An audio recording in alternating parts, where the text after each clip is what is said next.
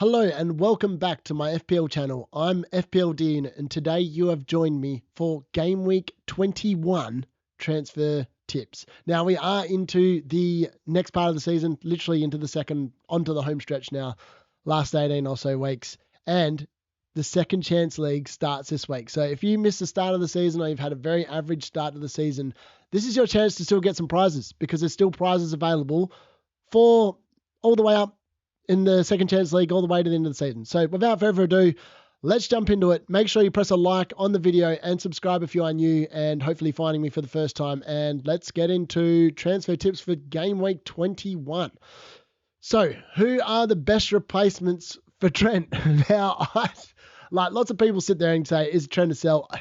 If you had him and I don't have him, I would be tempted to sell him based on the fact of how much money he was worth and the fact that he played in the Carabao Cup against Tottenham, which makes you think, and I am recording this before the Saturday and Sunday FA Cup games, there's a chance that Trent plays on the weekend and then gets benched midweek. It is possible. I'm not saying it's going to happen. I'm just saying he's become a bit of a risk, especially with Connor Bradley now back in the team. I just think, moving forward, he doesn't look as good. And I mean, defensively, he's just awful, isn't he, really? Potentially, João Pedro may need replacing, but we're not sure at the moment, really, is the honest answer, because he twisted his ankle in training. This is one of those ones you literally should be putting your transfers off until Tuesday afternoon. Do them then, because that's probably the best time, because there's a lot of games still to come over the weekend. Everyone's going to be playing again. And there's lots of things to get through. João Pedro, as I said, Jackson, I don't know why. And I'll look into the people that are selling. He's the most sold player this game week. And I still don't know why. The underlying data for Jackson is still incredible. I don't know why people are jumping off him. Diaz and Madison, I can understand. They have become minutes risks and benching risks and all the rest of it. For me, that's a pretty easy decision to move them on.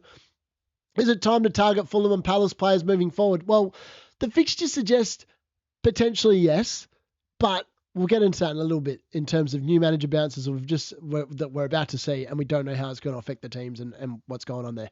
You also need to be planning now because we are very close to game week 24 and 25. Most likely it's going to be game week 25, which has a double game week for Liverpool and Everton, where they'll play each other and then they'll play their other fixtures. Probably want to have 3 Liverpool players. That's what I'll be aiming for, and maybe one Everton one, maybe Mikalenko could be a good option there. Crystal Palace now have really good fixtures. Is it all systems go? Now, after the Carabao Cup first quarter thing, whatever, Arsenal won 2-0 away. Sorry, no, Newcastle won 2-0 away at the Emirates. That means that Arsenal are going to have to score 3 goals in Newcastle in order to overturn that leg. And if they can't, that means that what we were kind of expecting an Arsenal-Chelsea blank game week in game week 29 is now going to be a Newcastle versus Crystal Palace blank. Now, if you're wondering what's this got to do with anything, that's about 8 game weeks away. Well, you only get 1 transfer per week. And if you're bringing in a Crystal Palace player, you're using 1 transfer this week. And really, you're going to have to spend another transfer taking them out if they blank in game week 29. So I'm trying to set up my team at the moment. And this is why I'm probably going to be rolling my transfers this week. Because of the fact that, I was going to bring in a Palace defender, but now I don't know if I want to, because that means highly likely I might have to move him out. As it stands, Tottenham are also going through, but I do expect Liverpool to win at Anfield, and it'll be a Liverpool-Newcastle final. That's what I'm predicting. I haven't got a crystal ball, but that's what I would think. I just can't see Tottenham going there and holding up a 1-0 thing. Maybe they will. Maybe they'll prove me wrong. I just don't see it. So Trent expenses defenders. I don't think they're worth their asking price, really, because the attacking returns keep on coming this season.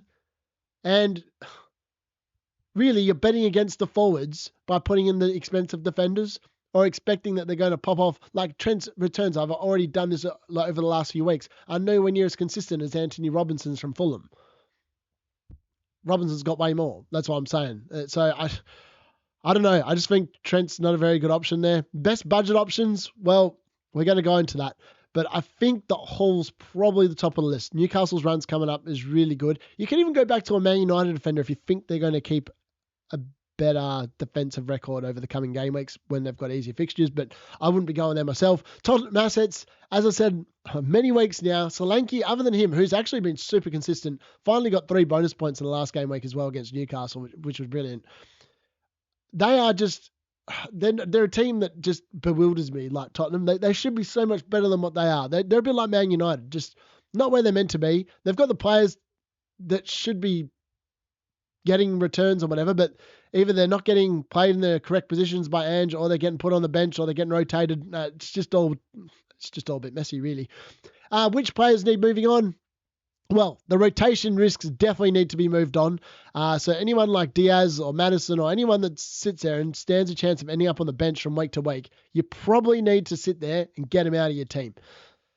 And should you be concerned with Chelsea's current form? Now, they've had 4 easier fixtures and have really made the biggest meal of them. I'm expecting that Maresca's trial and error is hopefully going to come to an end. And I think that we will hopefully see, with that being the case, Nicholas Jackson get into a better run of form, which is why I'm so shocked that so many people are selling him. Like, the assets below aren't that much better. I just don't understand, to be honest. It just doesn't make much sense. Like, if I was going to sell Jackson, I would bring in Solanke, but I'm not sold on him either. So that's just my personal opinion.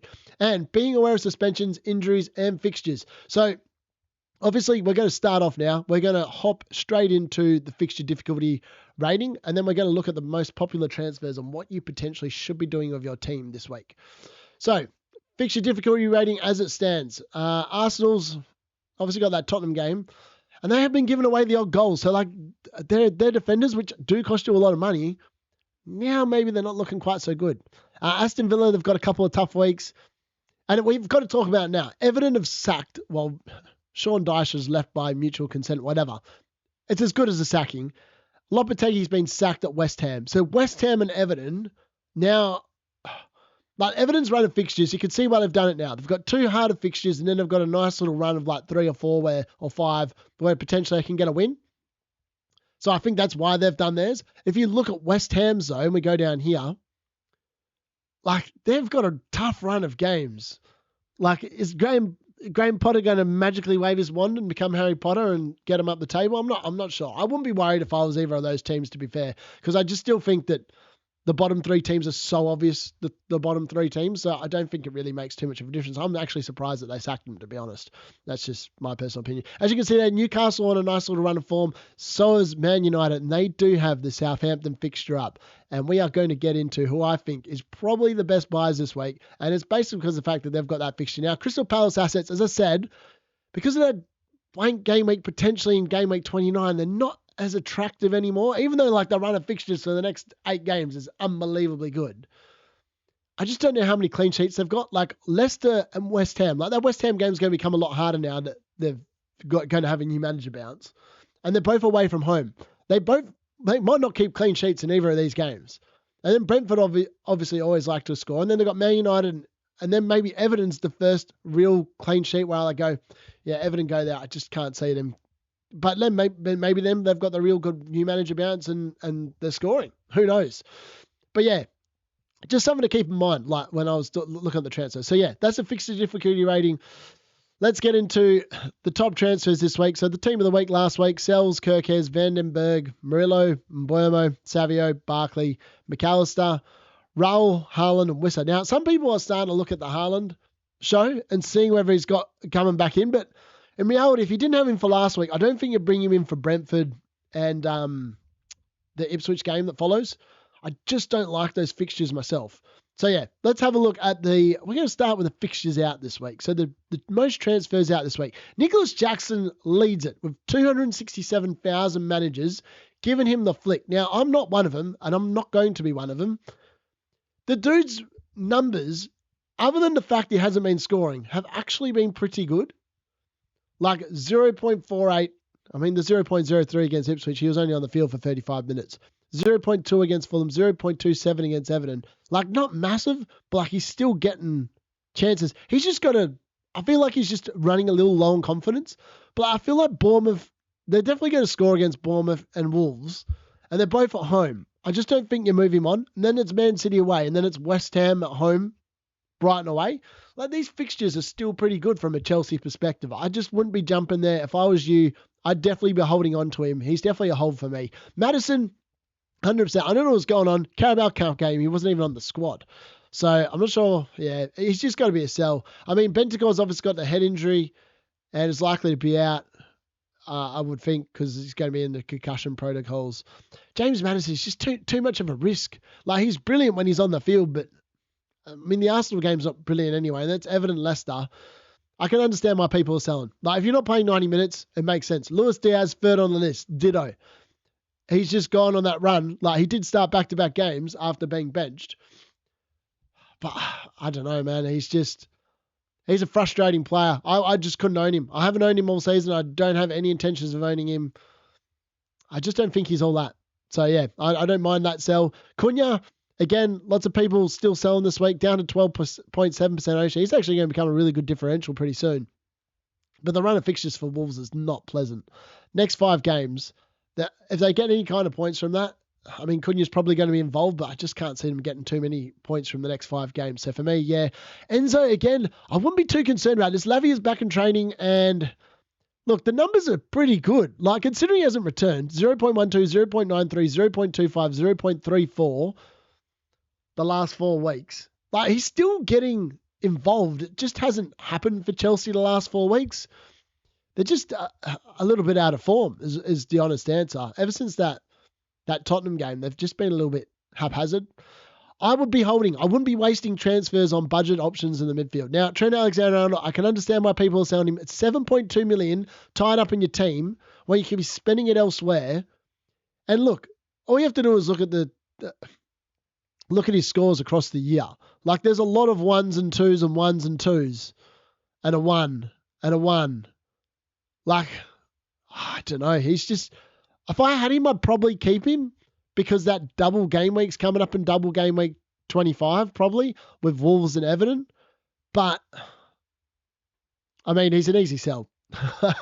Who am I kidding? Iwobi's been disappointing, but again, you don't want to be wasting transfers around that budget. So, yeah, if you're getting rid of Iwobi or whatever, I understand. But, I mean, Fulham's run is still pretty nice from here. Like, West Ham, Leicester, the next 2 games. Man United, Newcastle, Forest, Palace, Wolves, Brighton. It's not the worst run. But he has been disappointing. He was overperforming his XG way earlier on in the season. He's not anymore. So that's pretty much what's going on there. Ollie Watkins, again, I mean, people took a punt on him last week. He did nothing in that game against Leicester, which was highly frustrating considering he had 0.52 expected goal involvement. Duran's going to be back in the mix for this Everton game because his BAM will be up. Yeah, I just don't think you go to either of them. Too much of a minutes risk. You don't want to be that. Gabriel Jesus, ditto.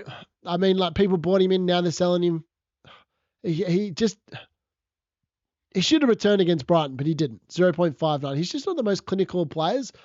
And I just think that he's also going to be a minutes risk. I'm just concerned about Havertz being fit and available and whatever. I'm surprised people are selling Wood.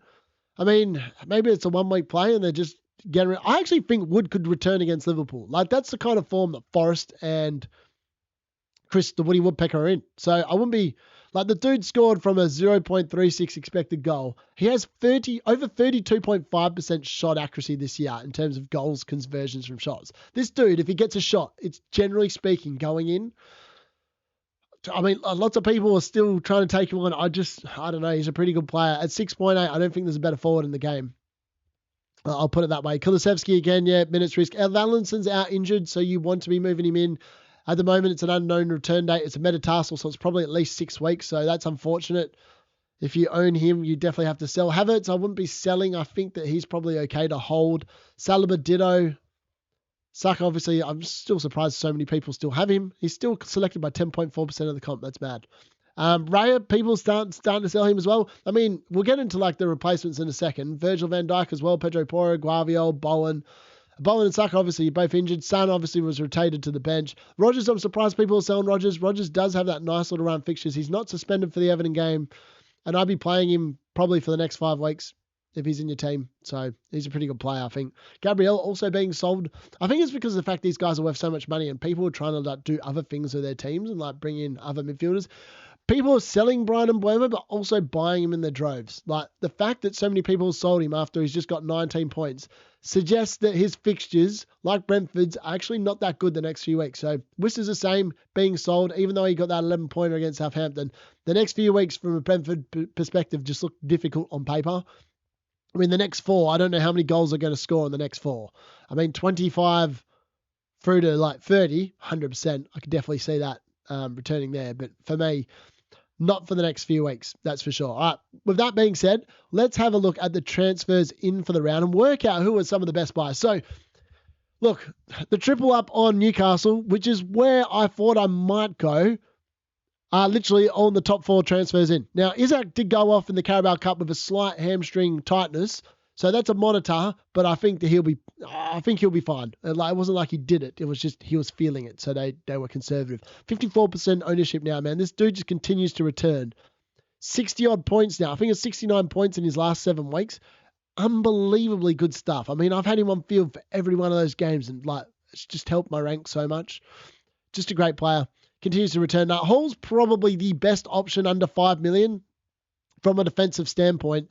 I mean, they've got Wolves, Bournemouth, Southampton, and Fulham the next 4 games. That just looks so good on paper with Wolves and Bournemouth at home, the Southampton away, and then Fulham at home. Just looks so good on paper. I mean, Lewis Hall's just been so good for underlying bonus points as well, generally speaking. If you just look there, 34, 30, 33, 59, the 4 weeks prior to the 8 on the weekend where he obviously only got the 2 points and didn't return. But when he's returning, he's well in it. So I wouldn't be surprised if he gets a couple of assists over the next 4 weeks. So he's definitely going to be an easy start in my defense. Brian Mbeumo, now, look, he's just consistent. Ever since I got rid of him, he got the 13, the 9. I think I sold him after the Leicester game from memory. Missed the Villa game. And then he's got the 13, the 9. He blanked, obviously, then 2 weeks against Forest and Brighton. But then he's returned against Southampton and Arsenal in big ways. 26 points across the last 2 weeks. The fact he's on penalties makes him such a nice asset, and he's probably someone, if you have him, you probably hold all the way through. I probably wouldn't be buying, as I said, the next 4 weeks. But after that, maybe you could buy against Crystal Palace in 23, but it's an away game. I just think it's a hard buy the next 2 weeks, and I think there's better options out there. So, yeah, I'm surprised that he's at the top. Below, actually in front of some of the other assets. Now, Savio is a really good option if you can only afford 6.5. I'm just scared that if you are buying him, you are chasing the points that have already been, and that is a dangerous business. I mean, the last 3 weeks have been good for him. 0.56, 0.66, 0.74 expected goal involvement across each of those last 3 games. But before then, he wasn't starting. So, I don't know. I'm scared that Pep Roulette could just have him back out of the team. You'll think he's playing well enough that he's just got to stay in there. But, yeah, I don't know. It'd be nice to cover the Man City attack. I think Man City are coming back into some sort of form, and they do look like they're scoring goals. And even Haaland's even a consideration because he is scoring goals. I just don't think he's definitely not worth 14.8. But Savio's not a bad pick if you only want to spend about 6.5 on a midfield. Maybe if you're tossing up between him and Gibbs White and Eze, they're all good options. Maybe you just want to be a little bit different and go outside the box. Ahmad, unbelievable. That 9-pointer against Liverpool, I was not expecting that. I had him on my bench. But look, he looks amazing. The next 4 weeks, and he has that Southampton juicy fixture on paper straight off the gate. I love it. There's not much to get excited about there. I think Ahmad looks amazing, and I think he's going to be brilliant. So, yeah, for me, he's an easy buy. Yeah, just love him. I just think he's a great asset moving forward. Yeah, not much to say there, other than the fact that, through to game week 29, Man United obviously will be playing in that game week 29 when it is blanking, and they have Leicester away. I mean, and they have Ipswich at home in 27. I mean, the run of fixtures from now until you probably wildcard in game week 30 is really good for United assets. So I think for me that I've obviously got Bruno Fernandes and Ahmad. I actually think Bruno Fernandes is probably the best buy this week. If you're looking for a midfielder and you can afford the 8.3 million asking price, and there he is, he's a little bit further down the list. This man is the man you want. Because Southampton, as we saw, with Brian Mbeumo, couple of penalties, 19 points, thanks for coming. Well, Bruno's on penalties as well, and he's not going to be getting red carded against Southampton. And I just really like it. He's even a really realistic captaincy decision this week against Southampton, I'm expecting Bruno to double-figure haul here quite comfortably. And then, as I said, the fixtures up until game week 29 just look so good on paper for Man United. It's only really the Arsenal at home game that you're really concerned about playing him in, but it's at home. So I feel like they could definitely give Arsenal a shout with the way they've been conceding the odd goal here and there. I'm expecting Bruno's ownership definitely to go up. João Pedro, a lot of people bought him in. He's on penalties, and look, it is a monitor. Like ankle injury, 75% chance of playing. He probably will be fine, but it's definitely something to monitor. I wouldn't be jumping the gun if you don't already have him, or if you're looking to bring him in. Just wait until a little bit later, see if he's pictured back in training before you make a decision there. That's what I'd be saying to that. Raul, I mean, this is the benefit of having players that are on penalties. If there's a penalty, they take it, easy goal. He got two easy goals. Yeah. I mean, the West Ham fixture now looks a lot more difficult because of the fact they're going to have that new manager bounce. And then the Leicester away game looks fine. I mean, the next few fixtures for Al look pretty good. I mean, he looks like he's definitely the starting striker as well. He got rotated out for the FA Cup last night, but that's probably a sign that he'll be fit to go midweek. So for me, just lock him in. He's probably the best budget option in the game in terms of forward status at the moment. He's cheaper, obviously, than João Pedro no, they're actually the same price. I think I don't know. I think like João Pedro probably is the better option if they're the same price. If Raul was cheaper, I'd say Raul was definitely the better. Now, if you're looking for that, as I said, Woody the Woodpecker, I think he's still a really good option. I wouldn't be buying this week if you don't own him, but I wouldn't be selling him either. Rodgers is, again, lots of people already bought him back in after that thing. So maybe people sold him for his suspension and now bring him back in. I don't know what's going on. Morgan Rodgers is the biggest yo-yo player in FPL this season. His ownership stats just fluctuate from week to week. Does have that Everton game, which is going to be the new manager bounce, which probably doesn't make that fixture as appealing anymore. And then he's got the Arsenal game, but then the next three after that is when you really want Morgan Rodgers. So, yeah, not a bad buy. Jacob Murphy, if you want to get in on the Newcastle attack in the midfield, like Jacob Murphy's starting right mid all the time. He doesn't have the same goal threat, even though he has scored 3 goals in the last 5 games. He doesn't have that much of a goal threat, but he's got a lot of assist threat, and that's what you need. I mean, the dude's creating assists. He's a bit like Ahmad, but then Ahmad scored on the weekend. But like, I just feel like Ahmad and Murphy are very similar players. There's only 0.2 price difference. And I feel like if you look at Newcastle, that's why I think I prefer Ahmad, because Newcastle at the moment are going to be blanking in game week 29, which is that Crystal Palace fixture there, as I said. It's just something you've got to keep in the back of your mind. And I don't know if that's something I want to be doing. So for me, it's just, wait and see on that. Aina, I mean, Nottingham Forest defense is just incredible. You wouldn't be buying this week, I wouldn't have thought, but they got Southampton afterwards, man. Like the Forest run for the next 4 weeks after Liverpool, I would expect them probably close to keeping 4 clean sheets, which is why Sells here is also being a very popular option. This dude just continues to get clean sheets. He gets the save points as well, and then he gets involved in the bonus, especially when like Forest aren't winning by that many goals. Sells has just been an unbelievable keeper this year. If there was a keeper I could have gone back at the start of the season and had in my team, it would be him, and I would just left him there all season long. He's been so good. Cody Gapco, again, he scored, but he's starting every week, but his minutes are still a problem for me. I don't think I'd be going there. As I said, 7.3, you're better off just buying up for Dominic Solanke at 0.2 million more. He plays 90 minutes every week and away you go. Kirkes, I'm surprised so many people are bringing him in. I mean, the next couple of fixtures are not easy at all. We've got Chelsea, Newcastle, Forest, Liverpool. If you can get through those next 4, which I'm hoping to, I'm holding him. Then I've got Southampton, Wolves, Brighton, and then it's a nice little run of fixtures again after that. So for me, Kirkes is likely to be a hold in my team because I've got actually some nice team value wrapped up in him. And he's been super good. Like I can't complain with like since I bought him in.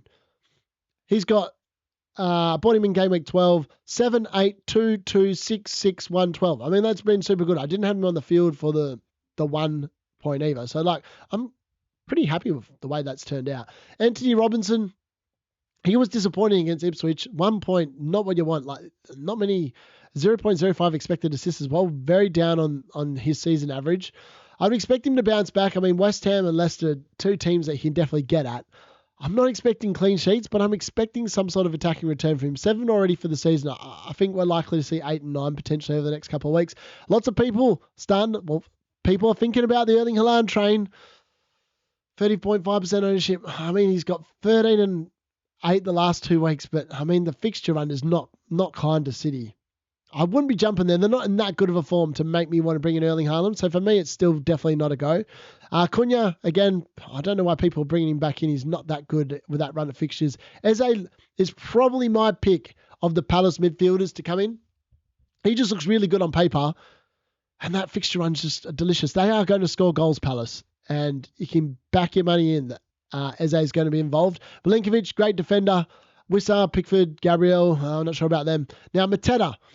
Some people are coming to Mateta. 3.3% ownership. He was involved. I was at that game live and I just didn't think that much of Mateta versus what I saw from Jackson. But yet Mateta scored and Jackson didn't.